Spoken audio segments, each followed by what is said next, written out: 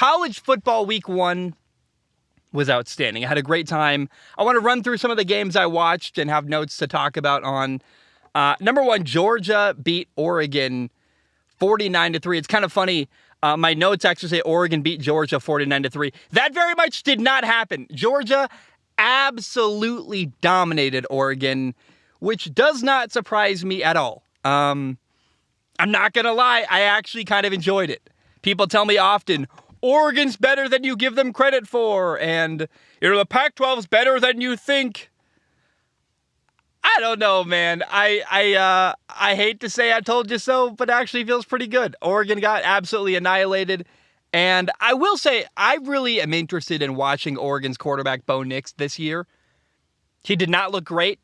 He had a really bad interception, although I don't know that this loss to Georgia is really going to say a lot about their transfer quarterback, Bo Nix. I mean, Oregon was completely outmatched physically in every aspect of the game. Bo Nix was 21 for 37 passing with 173 yards, no touchdowns, 2 interceptions.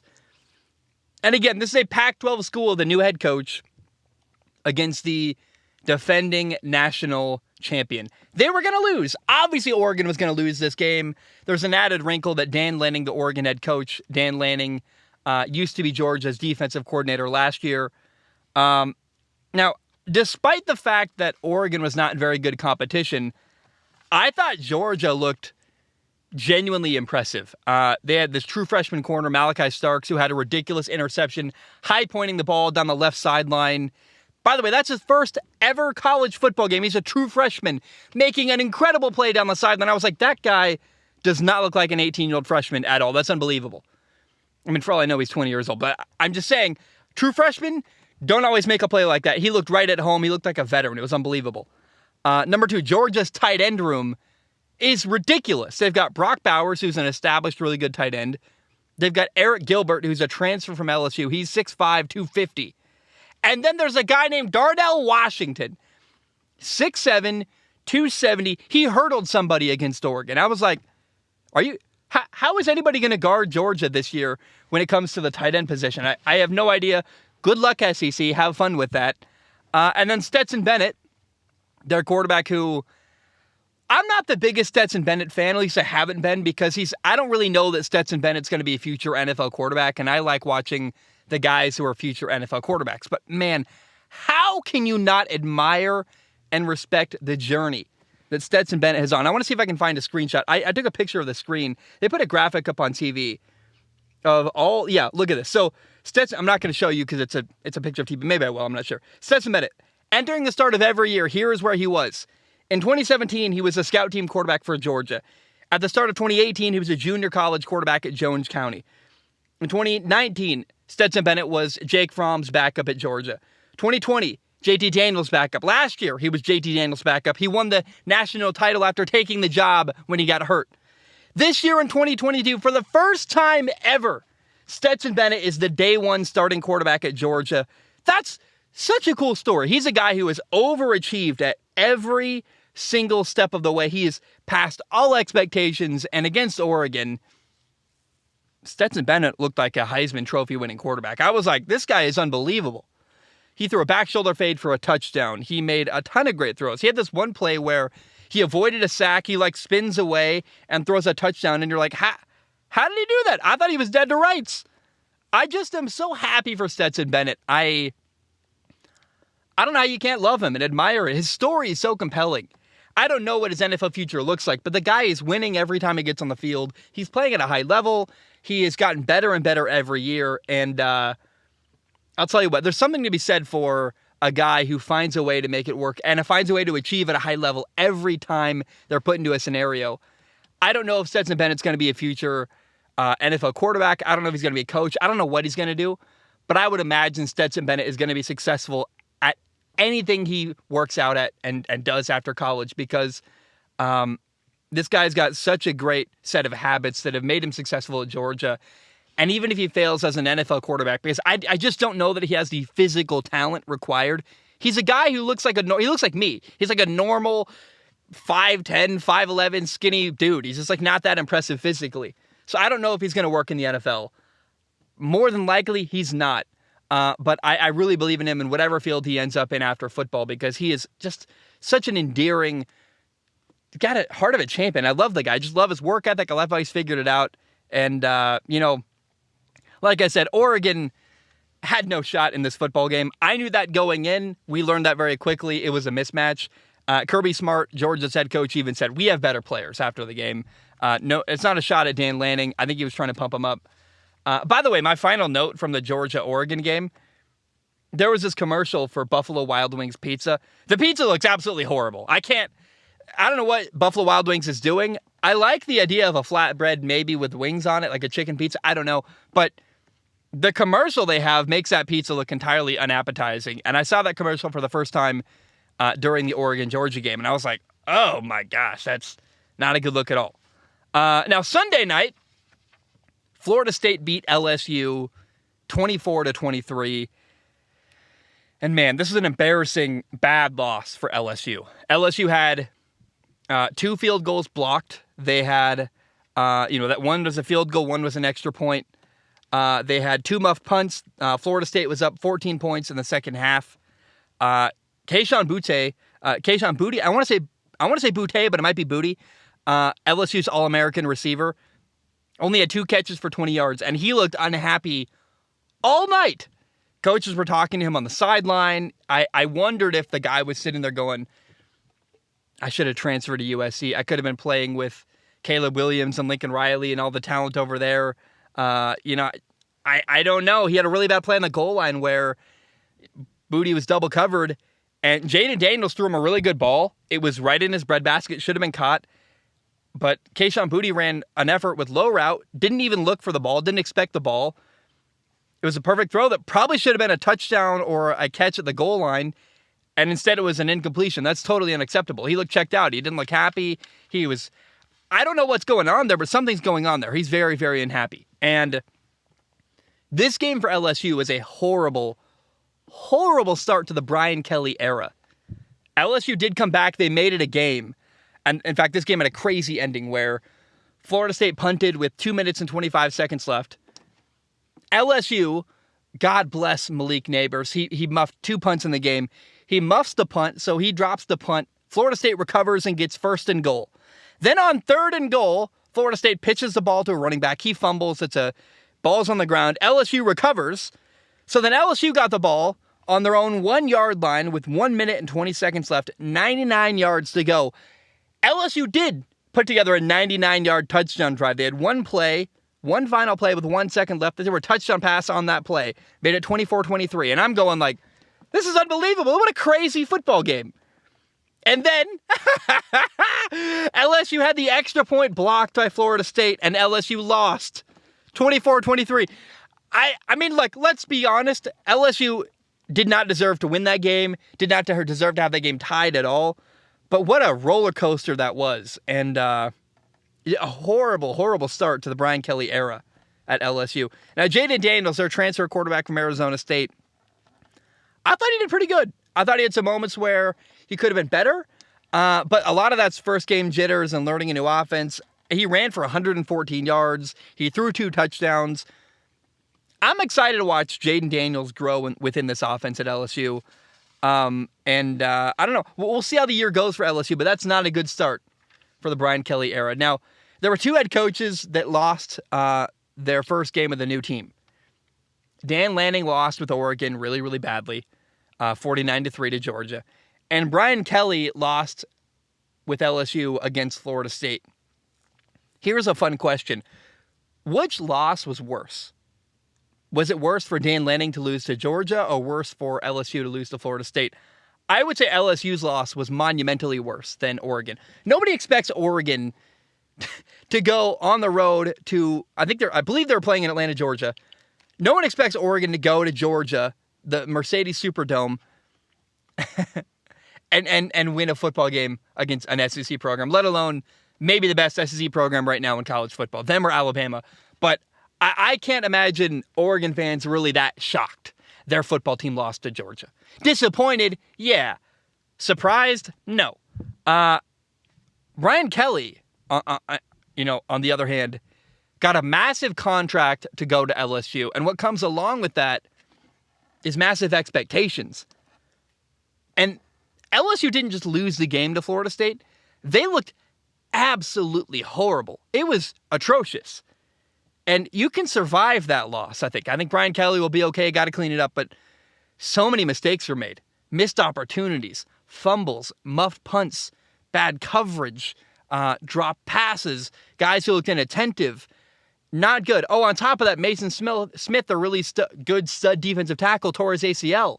So it was all around a horrible, horrible loss for LSU. And optically, I think Brian Kelly losing to Florida State in his first game at LSU is a much, much worse loss than Dan Lanning at Oregon losing his first game to Georgia. Now, another Pac-12 team lost to an SEC program. Florida beat Utah 29-26. And this was such a fun game. It was really awesome, back and forth. And it came all down to this. Utah had the ball down 3 points with 1:25 left. They had to drive 75 yards to score a touchdown and win the game. And by the way, a field goal would have tied it. So they got to get in field goal range to score a touchdown. Utah drove all the way down to the goal line and then threw an interception on 2nd and goal. Cam Rising, the Utah quarterback, I hate to say it, he cost his team the game. And that sucks, but that's honest. That's true. I thought he could have played a better game, and in that moment, he did not shine. And a guy like him, I like Cam Rising a lot. He's not very physically imposing. He's not a great athlete. He runs decently. He's got a decent arm, but you got to be great in big moments if you're going to be a top-level NFL prospect and not have incredible physical traits. And what we saw from Cam Rising against Florida was a guy who didn't make it happen at the end of the game. That I hate saying that, and we got a whole year ahead to see and evaluate how he does, but that's the storyline from Florida-Utah. If they get stopped on 3rd and goal and kick a field goal, game's tied, probably goes to overtime, but you can't throw an interception in that moment. Cam Rising did. That's a big deal.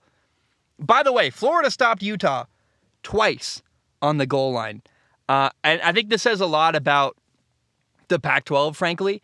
Utah is one of the best, top programs in the Pac-12, and they barely held their own and, in fact, lost to a mid-tier. Now, I would say upper mid-tier, but a mid-tier SEC program, Florida. By the way, Florida, who has a new head coach, Billy Napier, coaching his first ever game at Florida. So not a good look at all for Utah. And by the way, going into this game, Utah was talking about how this is our year. This is the year we are going to represent the Pac-12 in the college football playoff. Nope. Didn't happen at all. Now, the star of this game, in my opinion, between Utah and Florida, was Florida quarterback Anthony Richardson. He outshined Utah quarterback Cam Rising, and Anthony Richardson looked dynamic. He was 17 for 24 passing with 168 yards. He also had 11 carries for 106 yards and 3 touchdown runs. This guy's on my radar. I went into the year saying I'm looking for new people to get onto my radar to pay attention to at the quarterback position who might have an NFL future. Anthony Richardson is that guy already week 1. I'm like, wow, this guy? People were talking about him. I'm like, let's wait and see how he does. No. He has leapfrogged Cam Rising as a guy way farther up my board than I thought. Anthony Richardson is awesome. They play Kentucky next week. It's going to be a lot of fun. I am really excited to keep evaluating how Anthony Richardson does as the year goes on, but he's got a massive arm. He runs the ball really well. He's great with manipulating defenses with his eyes, and what a cool serendipitous thing to kind of... I know a lot of people were talking about Anthony Richardson. He wasn't on my radar going into this game, and he is now. But all in all, Utah-Florida, fun game, back and forth. I had a good time, and what a good win for Florida. Now, by the way, Oregon lost, Utah lost. Now the only hope for the Pac-12 to make it into the college football playoff, already, by the way, after 1 week, the only hope for the Pac-12 is now USC. It's USC or nobody. And there's actually a good chance, in my opinion, that USC is going to run the table and might make it into the college football playoff. There's really only 2 or 3 tough games all year for USC. And by the way, they've got probably, in my opinion, they've got the best quarterback in college football, Caleb Williams. They've got a dynamic receiver, Jordan Addison. They've got a really awesome offense. I really believe in USC as a program right now. They got so many new players. I read like 39 new players this offseason. October 15th, USC's got one of their tougher games. They play at Utah. November 19 at against UCLA is a tough game, and then they host on November 26th Notre Dame. I think it's very possible USC is going to go 12-0 this year, and then if they win the Pac-12 title game, 13-0. A 13-0 USC who dominates the Pac-12, very likely, in my opinion, makes it into the college football playoff, and I think that's a high possibility. Do they win a game against an SEC program? Probably not, but they got to beat Utah and Notre Dame. Basically, that's it. They've got an easy schedule. They've got a dominant football program who's going to, I think, decimate the rest of the Pac-12. And keep your eye. Utah's out. Oregon's out. USC is the only hope for the Pac-12 to make it into the college football playoff. But I think, actually, they've got a decent shot. Now, Texas beat Louisiana Monroe 52-10 on Saturday. Was it Saturday? It might have been Sunday. I couldn't find the game. I had to watch it online on YouTube. I might not. I don't have the Longhorn Network, and I think it wasn't on any major network except for the Longhorn Network. So I couldn't find the game. I had to find a way to... I'm not going to tell you how I watched it, but you can do the math. I found it on Reddit somewhere. The new quarterback at Texas, Quinn Ewers, is unreal. I love this guy.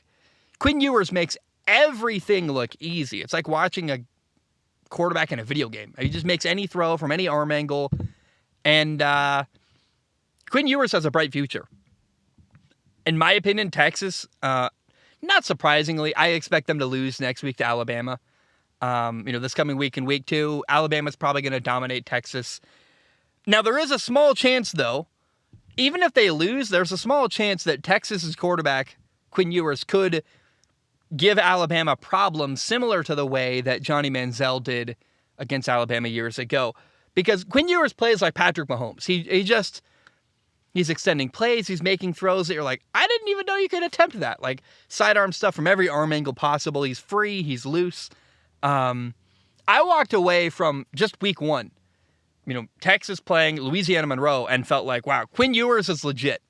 Even if Alabama and Texas gets ugly, Quinn Ewers flew to the top of my most exciting quarterbacks to watch list this weekend. And Quinn Ewers is a really, really talented quarterback who he's young. He's got a lot of time to grow and develop as a quarterback. And his starting point is unbelievable. But what he can do is he can make throws from different arm angles and positions that other quarterbacks simply cannot make. And from an NFL perspective, that gets really exciting. When you compare Quinn Ewers to a guy like Cam Rising or JT Daniels, he's more limited and not as mobile, and can't make those kind of throws with that kind of poise. And, Quinn Ewers is throwing ropes, man, just on a line. I just think that arm talent is really special and rare, and NFL talent evaluators go, ooh, that guy can make throws other people can't. Let's give him a look. And Quinn Ewers is certainly going to have NFL opportunities in the future, and I'm very, very excited to watch him. After just 1 week against Louisiana Monroe, I was like, well, that looks a little bit different. So keep Quinn Ewers on your radar. Now, Monday night, Clemson beat Georgia Tech 41-10.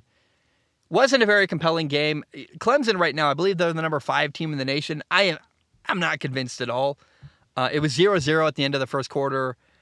Georgia Tech actually made it 14-10 in the second half, and then finally Clemson pulled away later in the second half. But look, Clemson's defense looked really good. Their special teams were awesome. Clemson blocked 2 punts, but I walked away very, very unconvinced by Clemson's quarterback, DJ Uiagalelei. Yes, he looked better than he did last year. He made progress. He looks thinner. He made some good throws. But they're talking about how we got to give our quarterback confidence. I'm like, dude, if you don't have confidence as a quarterback, it's over. And I think at Clemson kind of coddling him and trying to elevate him and pump him up as best they can. And that's good coaching, and that's very caring of him. And look, even in fairness to DJ, I thought he threw some good balls down the sideline that were not caught that probably should have been. But I'll tell you what, watching Clemson's offense on Monday night, they look clunky. It wasn't great, and it wasn't something that made me feel very confident in them. And as I look ahead at Clemson's schedule, they've got 4, 5, maybe even 6 games they're going to lose if they don't make a change at quarterback. With DJ at quarterback, I'm not confident they're going to play well against, they play on the road at Wake Forest, they play at Florida State, they play at Notre Dame, they play Louisville, who's got Malik Cunningham, who's really good. Miami's got a new coach and a really good quarterback, Tyler Van Dyke. South Carolina's got Spencer Rattler. If they can find a way to make it into the ACC title game, they're going to play probably Pittsburgh or Wake Forest. I'm not sure they're going to beat either of those teams. Here's what I'm saying. You cannot convince me that DJ Uiagalelei is the best quarterback for this football team. In garbage time, true freshman quarterback Cade Klubnik looked better. He runs the ball better. He runs the offense better. I think he throws the ball better downfield. I'll be honest, if there's not a change made at quarterback, I'm really worried about Clemson because I just don't think DJ Uiagalelei, with no disrespect, I don't think he's the quarterback who's going to elevate them enough so they can win really tough games on the road at Wake Forest, at Florida State, at Notre Dame, playing an SEC team like South Carolina. I just don't believe he's the guy best suited for that task. Cade Klubnik looks calm, looks ready. I think he's got something there. And I guess the question as I ask you, as I see this impending doom coming, can Cade Klubnik save the season for Clemson? I think he can, but they got to make that move sooner than later before they play on the road at Florida State, before at, Wake Forest, before at Notre Dame. They got to make a change sooner than later, and I am worried if they don't, you're going to have another middling year for Clemson, who, by the way, is better than that. They've got a good defense. They've got good special teams. They've got good coaching. They've got a quarterback problem. And I think Cade Klubnik is the answer for Clemson. We'll see. That's a prediction, but I'm worried about DJ Uiagalelei and the fact that I don't think he's good enough to elevate them when they need him. By the way, Wake Forest quarterback Sam Hartman is back. Apparently, he finally figured it out. He had a blood clot issue. By the way, a good buddy of mine had a blood clot issue. He got his leg amputated. That's a big deal. Blood clots. They suck. They're scary. I'm glad Sam Hartman's okay. He's been cleared to play as I hit the mic. By the way, though, I thought week one, the backup quarterback at Wake Forest made an incredible throw on the run, throwing a touchdown on a corner route. I was like, wow, that's a great ball. So they got talent over there at Wake Forest at the quarterback position. But Sam Hartman is back, and with Sam Hartman, Wake Forest is a really, really scary, formidable team in college football that has an opportunity to maybe win the ACC title this year. I think it's going to be, look, Miami's better than last year. They got a new coach. Pitt is really good. Clemson's trying, but they got to make a change at quarterback. Louisville's interesting. There's a lot of talent and competition right now in the ACC, and I think it's up for grabs, but I think Wake Forest and Pittsburgh right now are the two best teams in the ACC to keep your eye on. Now, a week ago, speaking of the ACC, by the way, during this game on Thursday night, I saw, for the first ever time, a Bryce Young Heisman House commercial. I love that. I love that Bryce Young, it's a whole different era now. You can have guys who are still in college in national primetime commercials. I think it's really fun. I think it's very cool.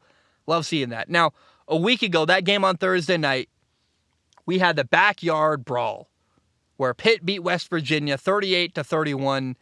It was such a fun game. I had a great time. Pitt, West Virginia, it was awesome. I thought Pitt quarterback Keaton Slovis looked really, really good. I got to say this about Keaton Slovis, man. He just makes great decisions. Every single decision is pretty much perfect. He had one throw that I thought was bad. The defender caught an interception. He jumped the route, but he was out of bounds. Could have been an interception against a different corner, maybe.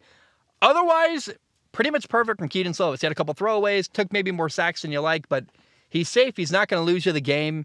And, man, he made some good throws. Now, West Virginia's new quarterback, JT Daniels, played well as well, in my opinion. Played well as well. I don't like that. Played well, too, in my opinion. You got to respect the way JT Daniels handled pressure. He got hit a ton and had constant pressure in his face over and over and over again. And he just hung in there and made some really good throws. I walked away admiring JT Daniels. He had one where he got lucky. It hit as he threw. A ball went straight up in the air.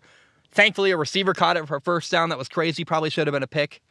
But I'm excited to watch JT Daniels this year. But I felt bad for the guy. He had pressure constantly in his face, and I hope they can clean that up and figure out better protection for him moving forward. Now, part of that's because Pittsburgh's defense is just really good. They got a good defensive line. They generate a lot of pressure, but I felt for JT Daniels on Thursday. Now, the most painful moment of the game came near the end of the fourth quarter. JT Daniels made a throw to Bryce Ford-Wheaton. The ball bounces right off Bryce Ford-Wheaton's hands, up in the air. Pitt grabbed it, took it for a pick six and a touchdown. That gave Pitt the 38-31 lead. And that was a drive where West Virginia was trying to make it 38-31 and take the lead. Instead, ball bounces off the receiver's hands, gets picked off, goes for a touchdown. And here's why it's most painful. Otherwise, Bryce Ford-Wheaton played a really good game. I thought he was a go-to target. He's the man for them. It's sad. Now, West Virginia tried to put together a touchdown drive to tie it up, but they came up short. And I don't know. I walked away very satisfied. West Virginia, Pittsburgh, it was a fun game. It was close. It was intense. It came down to the wire. And I don't know. The backyard brawl is back. And what a fun matchup. By the way, it's a weird note here, but this was the best officiated game I thought I saw all weekend, where the referees had a lot of challenging calls they had to make, and they kept going with common sense. There were things that were really close, that were razor thin. They got it right every single time, and I thought the refs nailed the little details in this game between Pittsburgh and West Virginia. Now, there were a couple other big games I want to talk about. Ohio State beat Notre Dame 21-10. It's actually closer than I thought. I thought Ohio State was going to dominate Notre Dame. They didn't quite. So shout out to Notre Dame. They did struggle to move the ball in the second half. In the second half, the better team won in the end. Ohio State did. But hey, shout out to Notre Dame. They made it a game. They made it interesting. And we'll keep our eye on how they do moving forward. Arkansas beat Cincinnati 31-24. Arkansas led the entire game. But Cincinnati made it closer than I thought. I was a little bit disrespectful. I'm not going to lie. When I was watching the game on Saturday, talking to my friends, I'm like, dude, I don't give Cincinnati a chance at all. And hey, they made it a 7-point game, better than I thought. And well done to Cincinnati. I tip my cap. And then NC State barely beat East Carolina. They should have lost. East Carolina University missed a late extra point that would have tied the game. They also missed what would have been the game-winning field goal. Horrible day for kickers there, and what a sad opportunity for East Carolina. I thought they were going to beat NC State, and they didn't. I watched that kick. I was like, oh, man, they missed. I can't believe it. Finally, Houston against University of Texas San Antonio, UTSA, was super fun. I watched the entire fourth quarter and overtime of that game. Houston won in triple overtime, 37-35. It was such a fun game. If you haven't watched it, go find it on YouTube. The highlights are great. Really a good time. I love when games go to overtime. Anytime you get overtime, I'm excited. And Houston, man, I want to see them rise as a program. I don't know that it's a great ode for them to be barely beating UTSA. It is a division rivalry, but still, like, ugh, come on, guys. Now, currently, the top 5 rankings in college football are number 1, Alabama, number 2, Georgia. I tend to agree. I think Alabama and Georgia are the 2 best teams in college football right now. I would imagine that is a potential matchup again in the college football playoff. Third right now is Ohio State. Fair enough, you beat Notre Dame, but I really thought they should have dominated by more. It's interesting. People think that their quarterback at Ohio State is C.J. Stroud is the best quarterback in college football. I beg to differ. I really think that Caleb Williams is better. Bryce Young is better at Alabama.